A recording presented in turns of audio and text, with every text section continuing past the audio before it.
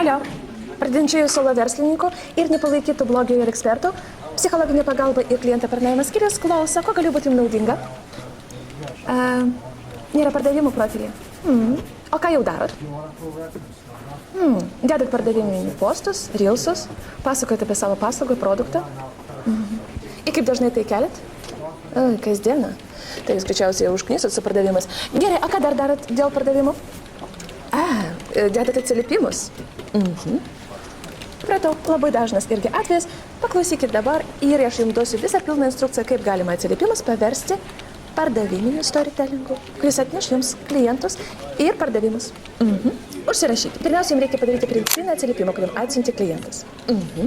Jau padarėt. Labai gerai. Toliau reikia atsiklausti klientą, ar jūs galėtumėte šitą atsiliepimą paskelbti savo profilį ir papasakoti šitą kliento istoriją viešai. Kaip ir sutiktų. Nuostabu. Tada toliau jums reikia dar paklausti šitą kliento .a, su kokia problemom jis atėjo pas jums. Tada pamatuoti pasiekimus ir rezultatus .b. Taip. Jeigu nėra skaičių, gali būti tiesiog būsena, kaip jis jaučiasi, ką jis pasiekė. Labai gerai.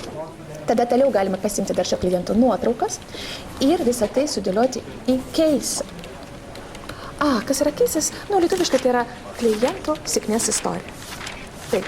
Visą tai labai gražiai sudėlioti į pardaviminį storytellingą, įkelti karuselę arba reelsą su kliento sėkmės istorija. Taip. Ir pabaigoje padaryti call to action su pardavimu. Nespėjote užsirašyti? Viskas gerai. Parašykit man komentaruose žodį case ir aš atsiųsiu jums instrukciją, kaip padaryti parduodantį kliento sėkmės istoriją ir case. Nėra už ką. Sėkmės jums.